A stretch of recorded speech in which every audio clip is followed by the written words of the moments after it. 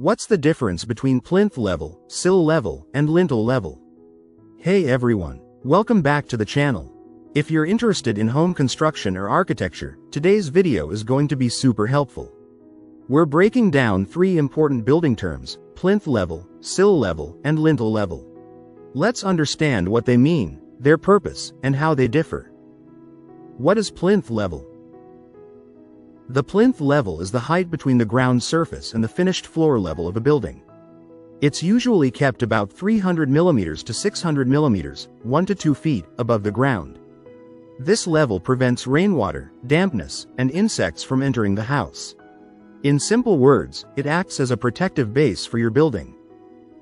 What is sill level? Next is the sill level, the height at the bottom of a window opening. It's generally 600 to 900 mm from the floor level, depending on design needs. The sill helps in fixing the window frame and also provides structural support below it. You can think of it as the base for your window. What is lintel level? The lintel level is the height at the top of doors and windows, where a horizontal beam, called the lintel, is placed. This beam supports the wall load above the opening and distributes it safely to the sides. Typically, the lintel is placed about 2.1 meters, 7 feet, above the floor level. Quick recap. So, let's quickly recap. Plinth level. Base of the building, prevents moisture entry. Sill level. Bottom of the window, supports the frame. Lintel level.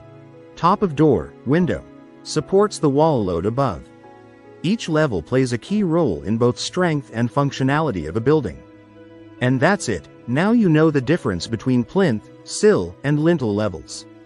If you found this video helpful, don't forget to like, share, and subscribe for more construction tips and building basics along with interior design tips. For more useful and interesting information, subscribe to Engineer Ajay Lod's channel, How to Make My House.